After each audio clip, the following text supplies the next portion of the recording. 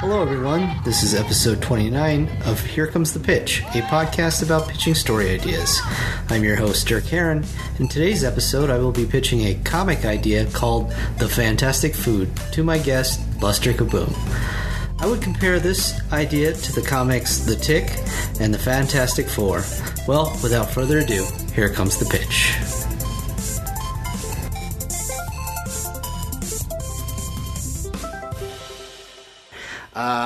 I was digging your the paintings that we were in that show together. Those were really cool. The monster show. Yeah, the Worlds Beyond or something like that. Wasn't it called that? That was really fun. Yeah, that was a gallery that we did that was in Phoenix at the Hive. Right. Yeah. And it was all themed to where it was like these like kind of B cult classic horror sci-fi movies and like stuff. Channel 5 back growing up and stuff. Yeah, it was the old movie showcases. Which I never knew about those because we moved to Arizona before that channel, so we didn't know about that channel. Yeah, I remember Saturdays like growing up. Like I had this foster brother from Vietnam, and we'd be watching those movies like every Saturday after cartoons. And I remember like there were some weird ones. There would be times when like, you know, you'd be like, "Whoa, were those boobs?" Or like, look at that guy, like really got decapitated or something. And it was always really like, you know, stuff that, you know, you wouldn't see on prime time. And sometimes they would like, you know, be a little like more risque than like, you know, normal TV, and just nobody cared because like they were just on Saturday. So they didn't like edit anything. It just like I think they tried to, but every once in a while you'd just be like, "Whoa, did I just see that?" That's crazy.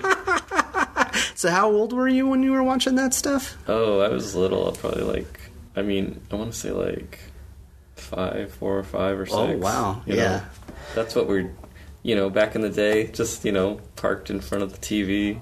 Okay. Saturdays or early mornings, like you wake up early before school and watch a Cisco Kid or something.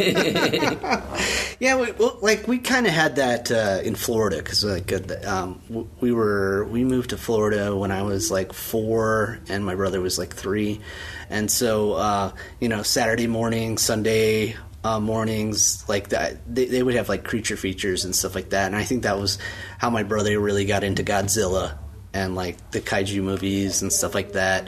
So how many of these have you done? So I've released 21, and then I release 2 a month, like where I pitch to the person and then they pitch back to me, and so I always do like a mock poster for each episode. Oh, that's cool. And so it gives like a, you know, some imagery to like their pitch, and then sometimes like I'll do, you know, a couple little quick ones as well, because I try to like post daily, you know, try to, you know, promote it as much as I can, and I don't know, it's been fun, and like it's also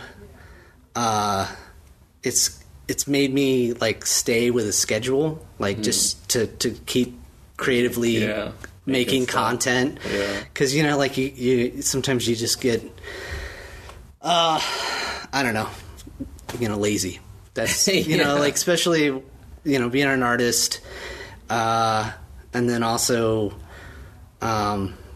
I guess doubting yourself, because like that's like a problem that I have too, is just like kind of like not being able to come up with imagery for the episode, which like I feel terrible, especially when it's like somebody else's pitch and you're just like I don't know what to do for this, and then like, but sometimes like, you know, what I love about deadlines too is that like just having to do something. Yeah. And then at first, you know, you're just like you're not liking it, but then like, you know, the further you get along in the piece, then you're just like, it's starting to, like, there's something in it that like is really capturing, like, I don't know, the spirit of it, or you know, motivating you to get it done. And so that's what I love, because like you know, especially when you're trying different styles of art, you know, like I just recently got like a drawing tablet. Oh, cool. Yeah, it's an Artisol,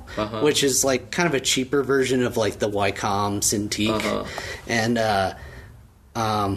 I'm digging it, man. Like I did one piece. It was the most recent poster that I did, and like I really dug it. I was just like, man, this is working out. Yeah. It's so nice to have, because then you feel spoiled and you never want to go back. Like, the layering, the colors, and the editing. It's so much easier than scanning. It cuts a lot of corners. It cuts a lot of steps. Yeah, basically, because you know, every time that, like, you, especially when you do, like, an inking job and then you scan it in, it still is not, like... You gotta clean it up. Yeah. It's never crisp, or, like, it picks up too many markings, and then now you gotta clean up all the erase marks and smudges and stuff like that, and then... Man, I can get, like, obsessive about that stuff. Oh, and then, totally, yeah. Yeah, and it just drives me nuts, and then... But with this, it's just, like, so clean, and, like, you can just... What are you just doing Photoshop, or? I'm just doing Photoshop. Yeah. You know, like I've done some Illustrator stuff, and like I'll do it when I'm focused on like doing like a logo or something like that, and then I'll pull out Illustrator just so that like it just has that crisp look to it when you're trying to get like, you know, the good circles and rectangles and stuff, and then especially rounding off like text and stuff like that. You know, creating patterns for text. It just works better. Yeah. But for the most part, when it comes to like drawing and stuff, I feel more comfortable with Photoshop, and then working with layers in Photoshop and stuff like that. It works better for me. Yeah. Yeah, man, it's kind of cool to talk shop with like another artist. Yeah, you know, because like I don't have too many like art friends. Like I'm trying to accumulate more, you know, but like a lot of artists too are like so busy or like reclusive. Yes, that too, man. Like they don't come out of the I feel out like of the shadows. When I was younger, I used to go out and meet people, but it seems like very reclusive now. Yeah, like that's why like I you know, since I live in Mesa, I was doing Second Friday a lot, which is kind of like First Friday in Phoenix, and you know, like there's some cool artists here in Mesa that like I've been trying to buddy up with, but Mesa seems like they do a lot for the arts. It's really cool. Like they're always doing like really like kind of the cool projects that, you know, are more, I don't know, accessible to the public. Like and they're willing to try things out. Like they always have like strange themes. For, like each month, and then like you can either work with the theme or just work with your strengths, and I don't know, man. Like I felt like when I was setting up tables and trying to sell artwork and stuff like that, like you know, it's a donation thing where they're just like, you know, you could give a little this time or not. It just didn't. They didn't really care, and that was what was so cool about it. You know, there isn't as much foot traffic. Like how there is in like Phoenix. But I feel like that. Yeah, that's like, it's not a bad thing sometimes. Phoenix is so like crazy now. Yeah, and I think that like you can kind of have like kind of intimate conversations with people to just kind of talk about what you do. Like I had set up a booth. We were doing these Saturday things, like my wife and I. Like she was selling old teacups, and then she would like turn them into candles. Oh, cool. And like, so she was doing that, and then I was just selling my artwork and my watercolor paintings and stuff like that. This was like at what was it like? It was in downtown Mesa. Third Fridays, you said, or this was actually like, it was every other Saturday. Oh, Saturday. So for those events, you had to like pay like $25 or something like that. But like but you were kind of promised more, you know, people. Because like they kind of like they bring in food trucks and everything, and they and then like they closed down the streets and everything. Yeah, that's cool. Like, it seems like Mesa's changed so much since, when we come down here and it was like no man's land. Like, they built that art center and I was doing a job. I'm actually doing a job over by the Cubs stadium. I'm helping a friend. She's doing a mural job, but I went to was it Mesa Thrift? Over on Maine. Okay, yeah. But yeah, we used to go there back in the day, and I remember, they're super cheap and it's awesome. But I went over there the other day, and it's still just like super cheap and awesome, and they have like such good stuff. I went over there and they had like all these crazy someone that must have died, and their whole doll collection was there, but these like weird just old dolls wearing like clothes, and they were like really expensive, but they were really cool. I bought like a few of them, but yeah, you go there and you just find like weird shit. Like, that's one thing that my wife loves to go to thrift stores, because like she'll get obsessed with something. Like, for instance, she was obsessed with like teacups, so we were like going out and getting like the weirdest looking teacups that we could find, and then I'm always on the search for like weird comics and stuff like that, and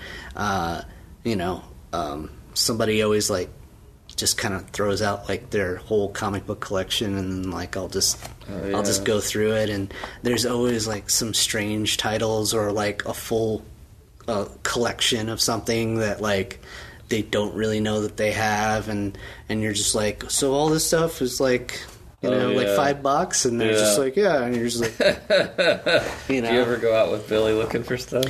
No, not really. We used to do it, but like recently, Greg's Comics, that's on just on Elma School in Guadalupe, it's just right up the street from here. They had like a 25th anniversary sale, and so I got there like super early, like right before they were even going to open, and then like I found out they were already open, and like Billy was already there. And like he was like wheeling and dealing with Howard, the guy that runs the place and stuff, and so he threw down a couple dollars, man. Every time I see him, he's got like all this crazy shit, and I was like, oh, damn. Oh man, like the thing is that he's a collector. Like, I'm a reader, so I don't really collect. I'm more for like, if there's like a graphic novel or a trade that just completes the collection, then I'm all for it. So what have you been reading lately? What are you into? Well, like, I'm into like I read some monthly stuff, but right now, like, I'm kind of like getting into like the early 90s like underground kind of stuff, like Daniel Klaus and and so like like I'm kind of into the 8-Ball stuff, and like he also did like Ghost World and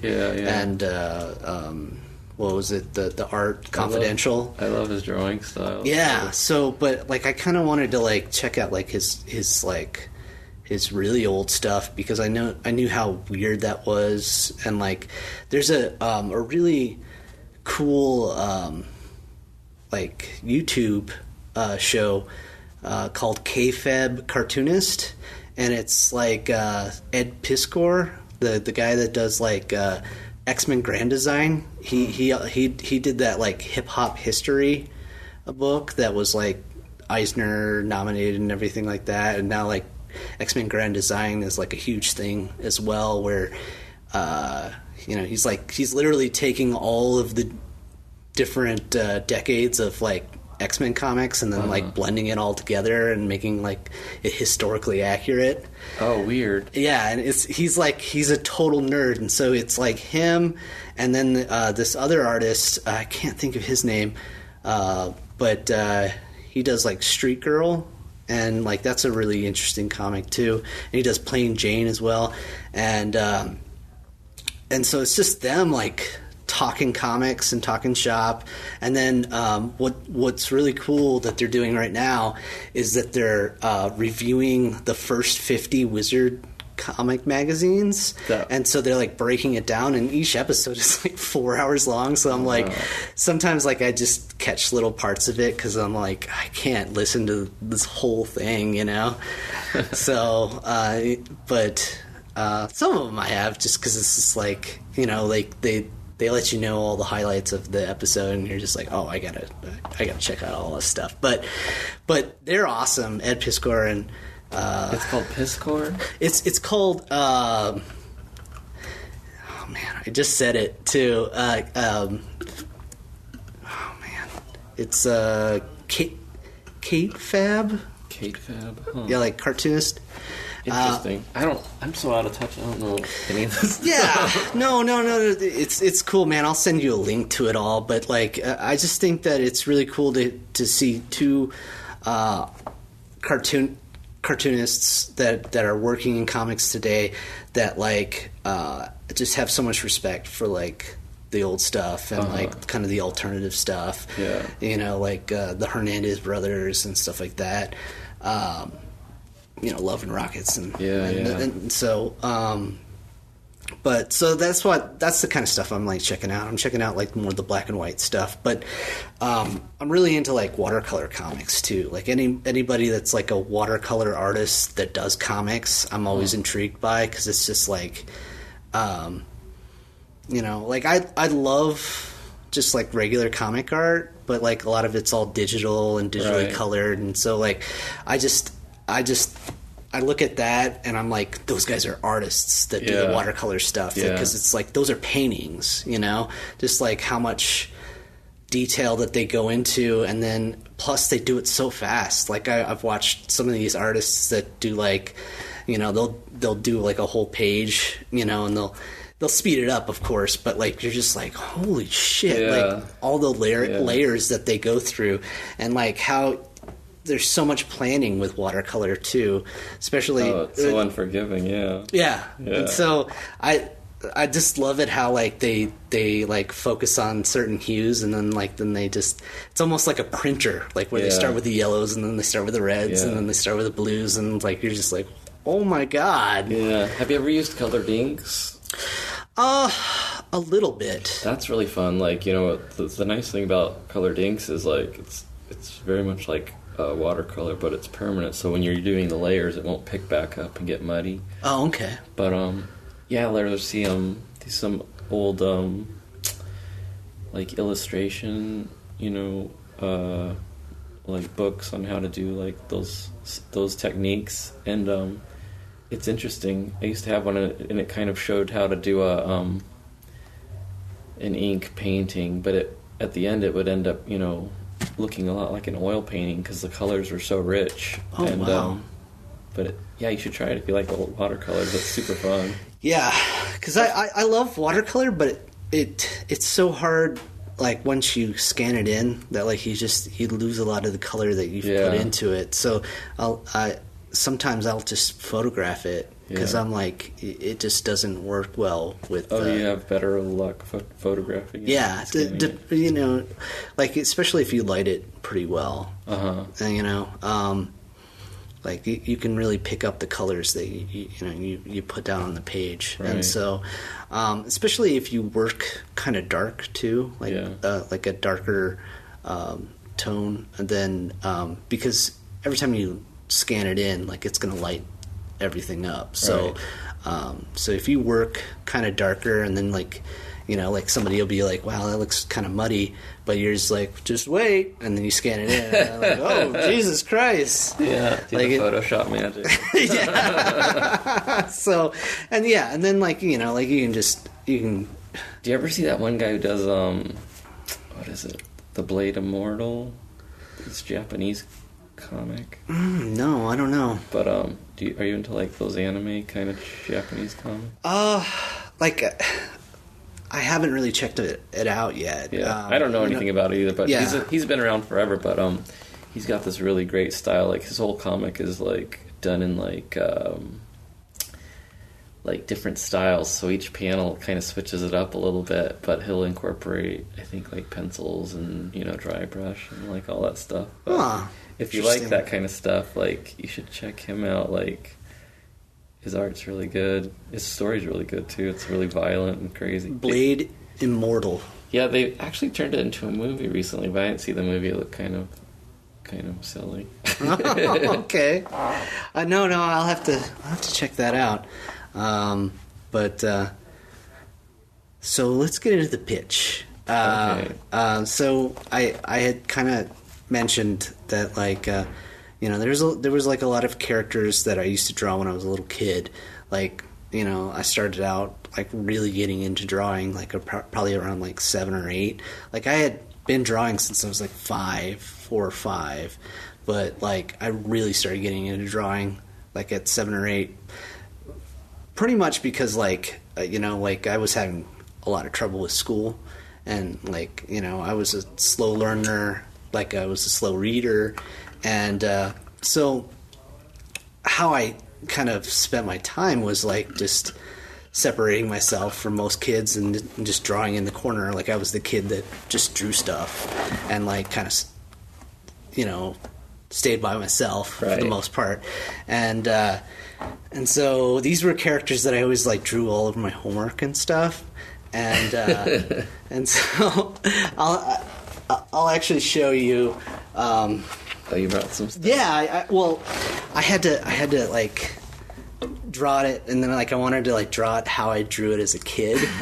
So it's better than when I was 7. But there's these characters that I used to draw called the Fantastic Food. Oh wow, that's so funny because you're telling me about this, and like growing up, I had this friend, and we would do the same thing. We drew comics together, but he had like this whole strip, and it was what was it? It was something food too, but it was it was Veggie Busters, and it was Veggie like Busters. Ghostbusters, but they were all vegetables. Oh yeah.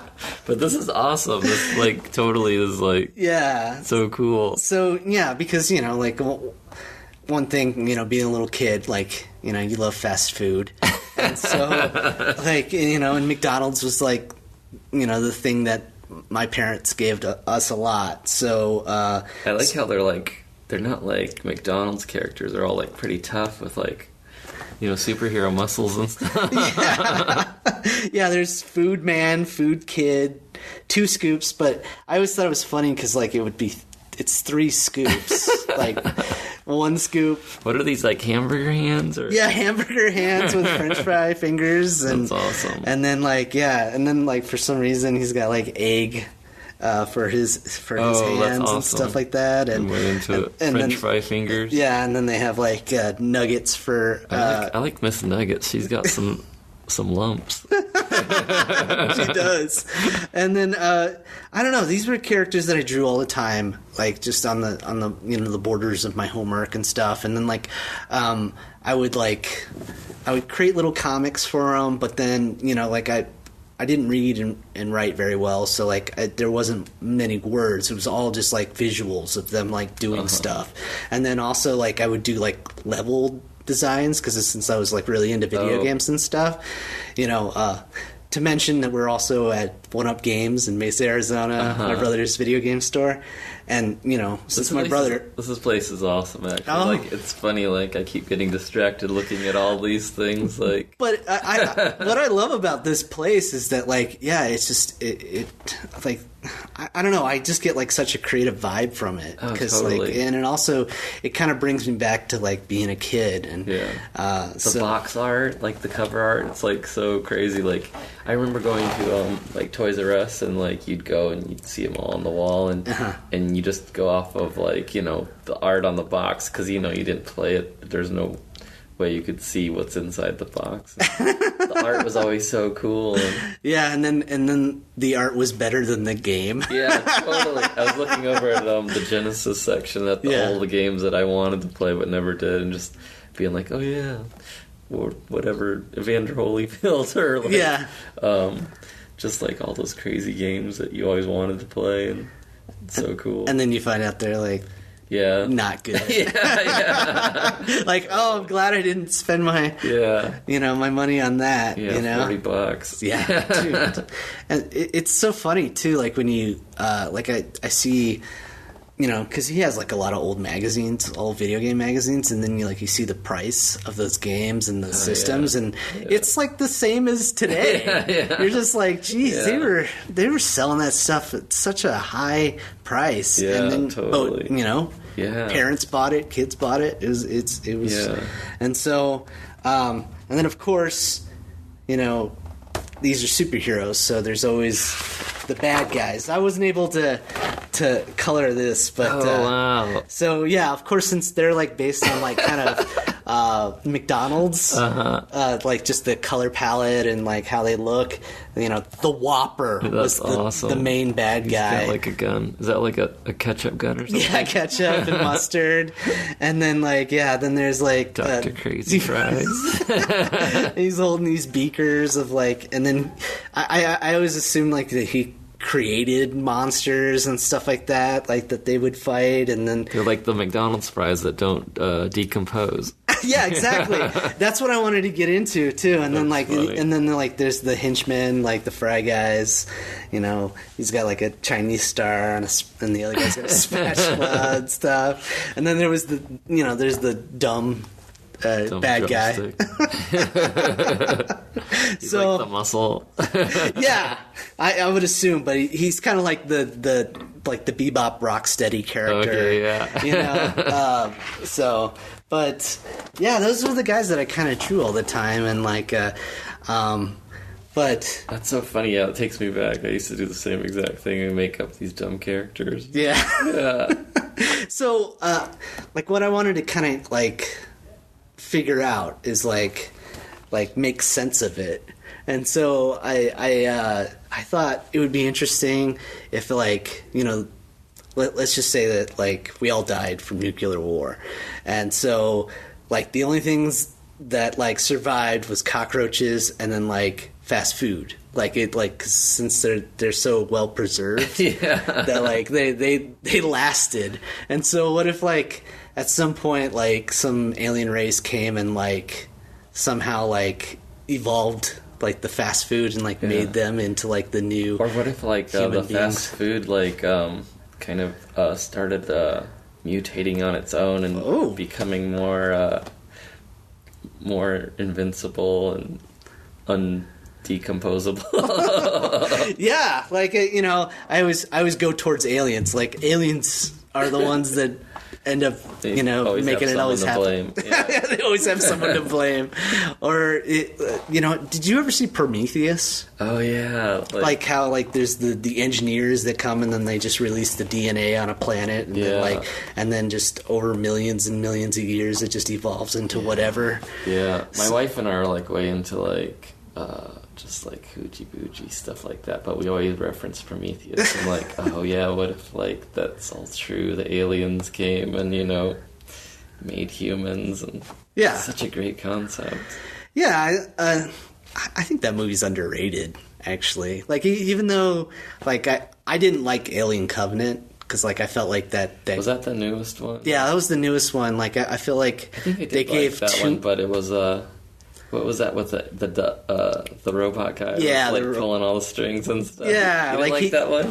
No, I felt it was very different. Yeah. Well, what I didn't like about it was that it gave a true origin to the xenomorph alien character, where it was just oh, okay, where he too much information. Yeah, he becomes the Victor Frankenstein that creates the alien, and then he's the one that goes around the universe putting these aliens on the planets, and it's just it's that's cool, but I wish it was more of a mystery. Yeah. I feel they kind of put too much of a a period on instead of a question mark to of the xenomorph. I feel they do that a lot with these movies. They like to tie up all these loose ends. Yeah, and I feel I like it when it's just kind of up in the air how these stories are created and these monsters are created. I'd rather it not be so hammered down to how everything happens and stuff like that. That's why when I read Mary Shelley's Frankenstein, they never go into the detail of how he created the monster. Like it says like he goes into his laboratory and then like he created him. And then like when you see the movie and you're just like, he uses electrical eels and stuff like that, and you're just like, what? It's just like, I kind of like it when it's more of a mystery. Like he just appears. It just happens, you know? Like you don't need to it's not about how he did it. Yeah. It's that he did it. That he did it. Yeah. Yeah. So like, I don't know. That's the thing that kind of bothers me about movies nowadays, especially. Yeah, now that they got the CGI and like the ability to make all these visuals. Yeah, and that like they can do whatever they want to, and like how they keep coming back to these old franchises, and then like, oh, but what if we did this, or maybe if we changed that, or you know, we can reboot it in a different way, and then you're just like, yeah, but. You know, like, sure, there's those old movies, and those movies will never change, but, like, it also kind of puts a bummer on, like, what those movies did. Yeah. Do you watch a lot of old movies? I, like, depending on what era you're talking about. Like, well, like the Mary Shelley Frankenstein, that was, like, super, or, like... Well, I'm thinking of the Robert De Niro one, where that was made in like the early '90s. Oh, okay. So, but like, you know, if you're talking about the Universal monsters. Oh, you were saying from the book to the movie. Yeah. Okay. Yeah. Because like, you know, Frankenstein, like the Universal monster, like the movie made back in like the '30s, like that's its own thing. Like it's not even. It's sort of based off Mary Shelley's Frankenstein, but not really. Like it takes certain elements from it, but like at least with like the one that was made in the '90s, it's like it's adapted very well from the book, but then they added like some weird stuff in there as well that I didn't dig, but. Yeah. But it's cool, like some of the visuals and stuff, and I think they did a really good job with like Robert De Niro's character and like him being the monster and stuff like that. But I never saw it. I have to look that one up. Yeah, it's just Mary Shelley's Frankenstein, and it's really good. I really dug that, but there are things that like just kind of take me out, right? Of it, just because like I don't know why they put it in the movie because that was not in the book, you know, stuff like that. So, anyway, so back to the pitch. Your pitch was the fantastic food. So I don't know, like I just always thought like maybe it's like this post-apocalyptic world where like everything's like trashed and stuff, and maybe like their food and everything is just like bugs and cockroaches and stuff so like that. The food are. Like they gotta eat too, yeah, because they gotta eat too. So I just like I would assume that like there's like certain bugs that are like delicacies and stuff, and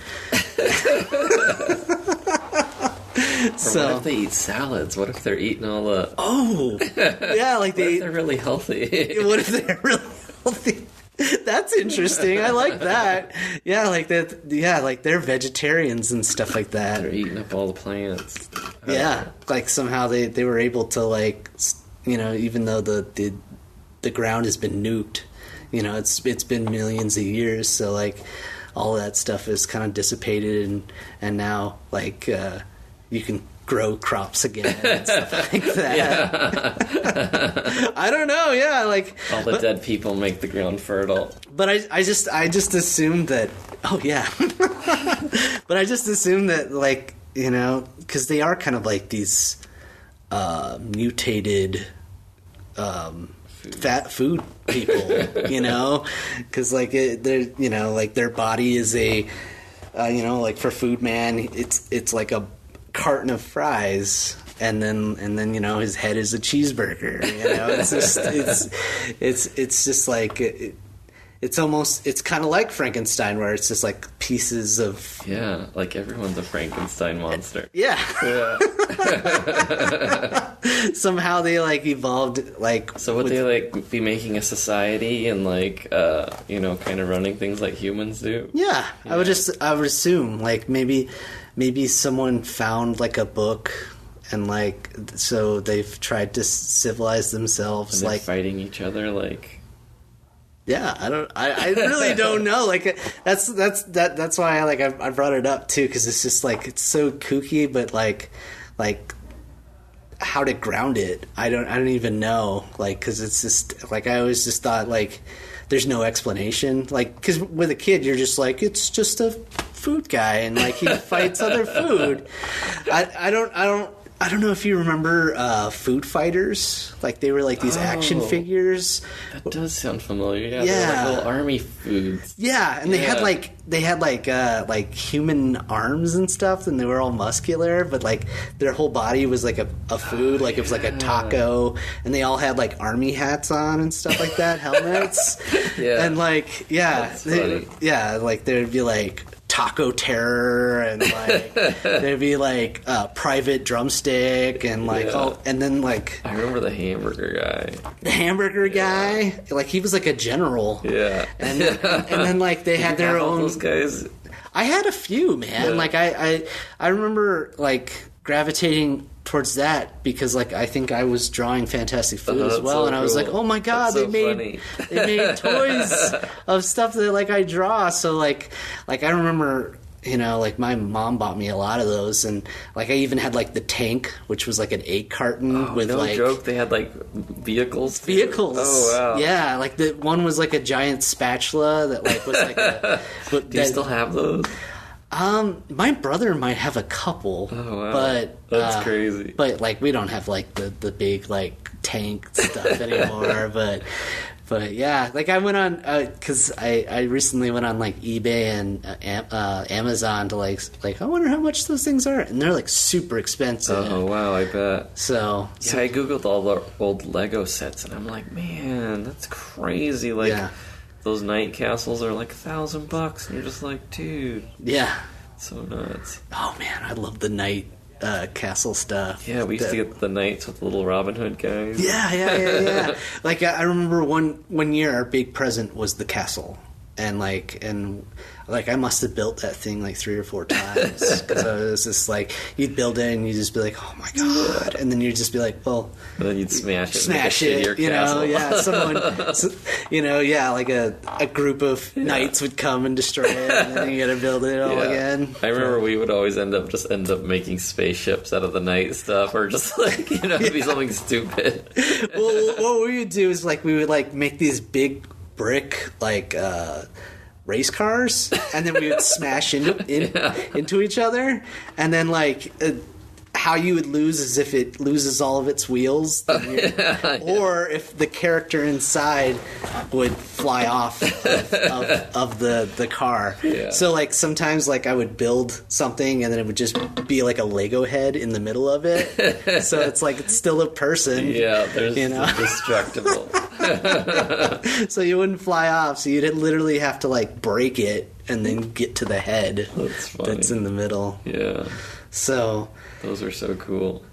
It's crazy how much Lego's taken off. Yeah. Oh my gosh! Like it's kind of crazy how like they've turned it into like all these different franchises. Like they like kind of took over like the Batman and Marvel. They take over like all those things. Yeah, it's so like crazy. Yeah, there's just always like play sets for every movie that comes out now. Mm-hmm. When it comes to kids, you know. Yeah. And then they like for a while they were making video games for all of them, and then really good ones. Yeah, they were. It was pretty awesome what they were doing, and then I think they kind of stopped the video game stuff for the most part, but still, like, just one after another with the Lego sets. Yeah, it's so crazy.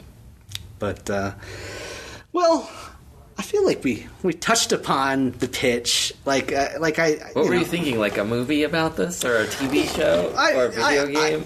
I always seemed that, like, I assumed that it would be like a comic or something like that, like where you could like tell a story like in a couple pages.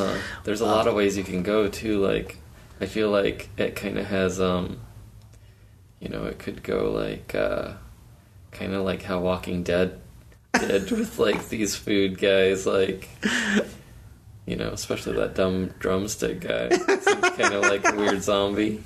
Oh yeah, like maybe there's like these like they're so mutated and so far gone that these like roaming bands of foods, just on both sides, kind of like. Are they going to eat each other? That'd be cool. Ooh, that's interesting. That's kind of a zombie thing. Yeah. Or maybe like that. Yeah, like maybe the king on each side or the leader on each side is a really delicious food. Like maybe that Sunday guy is like the ultimate final boss that you want to eat. Oh yeah. Yeah, maybe that's why they had to become superheroes to fight off like the hordes of like mutated like I don't know zombie food people that like want to just eat other food people. Yeah, and so like they're like trying to like save the people that are more civilized. And so so there are people in this too, or no? Well, I would assume that like these guys have like human friends that or they just have like more protecting. Yeah, or not so much like that they're human. It's just like they're more civilized. That like they actually have like a consciousness that like and they can like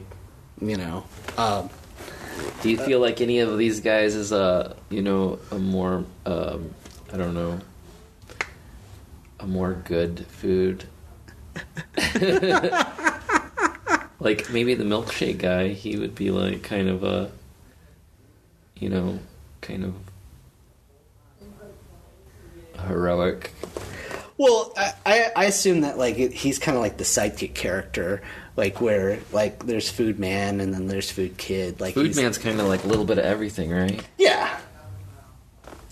And then Food Kid, like I just assume like he's like always has like the kind of like the Robin character where he always has something quippy to say, and then Miss Nugget is like she's sexy. And she's kind of got like she's always like the diva character. Yeah, she's getting in her bathing suit and getting in her dipping sauce. Dipping sauce. I could totally see that with like that. Like she's in like kind of like a jacuzzi of dipping sauce. Yeah. Kind of like beckoning Mr. Fry Guy. Yeah. or trying to seduce Food Kid. Like take his innocence away from him. No, I could totally see that. But yeah, I always assumed that it would be like kind of like a comic book, but like I could see it as like a cartoon as well, where it's just very strange, like something that you would see on like Adult Swim or yeah, they kind of have one like what was it, the food guy? Oh, Aqua Teen Hunger Force. Yeah, they got those. Are pretty funny. Yeah. And like there was that's more of like just the everyday thing. It's not like they're fighting. Yeah, it's just them like kind of hanging out and then like they're food fighting. Like those action figures. Yeah. The food fighters. I love those action figures. All right, well, I think we could pretty much wrap up this episode, and then we'll come back, and then you'll pitch us something. Okay. But like, thanks for being on the show, man. Yeah, this is awesome. Yeah, this is a lot of fun. It brings back like a lot of old memories too, like when I was a little kid, and just kind of like where my mind was at, and like that's why I thought like, oh man, like this is so off the wall. I would love to like pitch this to Dave and just see where it goes from there. Oh yeah, that's so crazy. The food fighters. All right, thanks, man. Yeah.